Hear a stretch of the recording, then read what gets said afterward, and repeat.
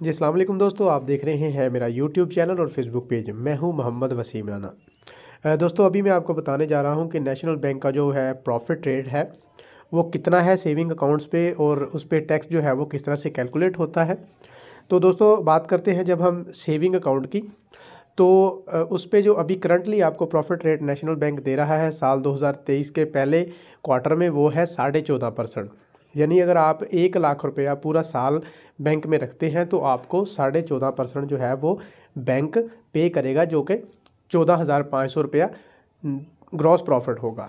इसके ऊपर टैक्स लगता है। फिर जो टैक्स है वो नॉन फाइलर और फाइलर के लिए डिफरेंट रेट है। जिस तरह से फॉर एग्जांपल जो फाइलर है उसके लिए 15% है, और जो नॉन फाइलर है उसको लगता है 30%। जैसा कि अब 1 लाख रुपए को हम अगर कैलकुलेट करते हैं तो उस पर अगर आपको 14.5% जो है ये 14,500 बनता है ग्रॉस प्रॉफिट। अब इस पे लगेगा आपको टैक्स। अगर आप तो फाइलर हैं तो आपको जो है वो 15% इस पे चार्ज होगा।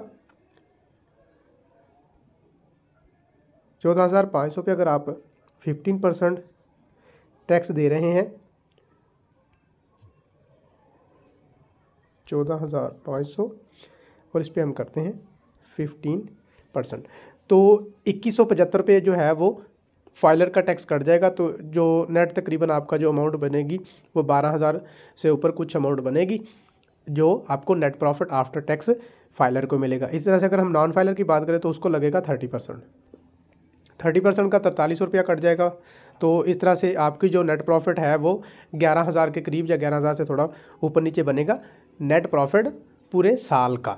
तो दोस्तों ये जो प्रॉफिट होता है ये बैंक जो है वो साल में 2 दफ़ा पे करता है। एक आपको जनवरी के फर्स्ट वीक में मिलता है और दूसरा जो है वो आपको जुलाई के फर्स्ट वीक में मिलता है।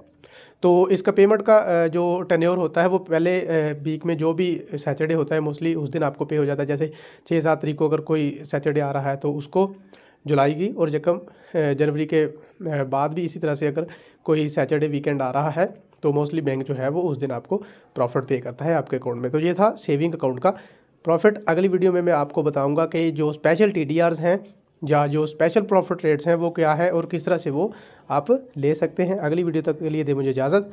अल्लाह हाफिज़।